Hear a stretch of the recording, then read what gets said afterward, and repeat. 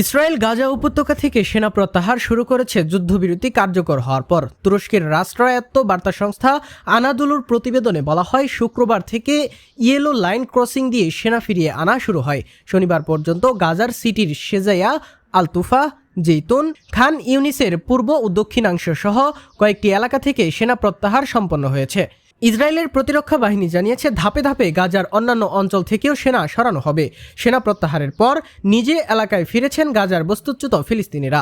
শনিবার সন্ধ্যা পর্যন্ত কয়েক লাখ মানুষ অস্থায়ী আশ্রয়কেন্দ্র ছেড়ে নিজেদের এলাকায় ফিরে গিয়েছেন। তেলের সংকট ও যানবাহনের অভাবে অধিকাংশই ফিরেছেন পায়ে হেঁটে।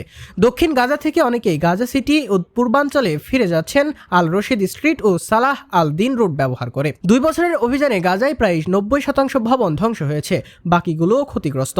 অধিকাংশ ফিলিস্তিনি এখন ধ্বংসস্তূপে তাঁবু খাটিয়ে বসবাস করছে। গাজার সরকারি মিডিয়া দপ্তর জানিয়েছে, খাদ্য, চিকিৎসা ও মানবিক সহায়তা পৌঁছানো এবং ধ্বংসস্তূপের নিচে আটকে থাকা মৃতদেহদের উদ্ধারের জন্য 5000 উদ্ধার মিশন চলছে।